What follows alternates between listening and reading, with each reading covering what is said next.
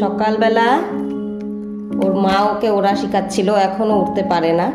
কিন্তু আমার বাড়িতে একটা দুষ্টু বিড়াল আছে, ওই যে আমার বাড়ির সেই দুষ্টুটা, এই যে দুষ্টুটা, এই যে, সেই কারণে ওকে আমি নিয়ে আসলাম। ও যতক্ষণ না ভালোভাবে উঠতে পারে বা ততদিন ওকে আমি ছাড়তে পারবো না।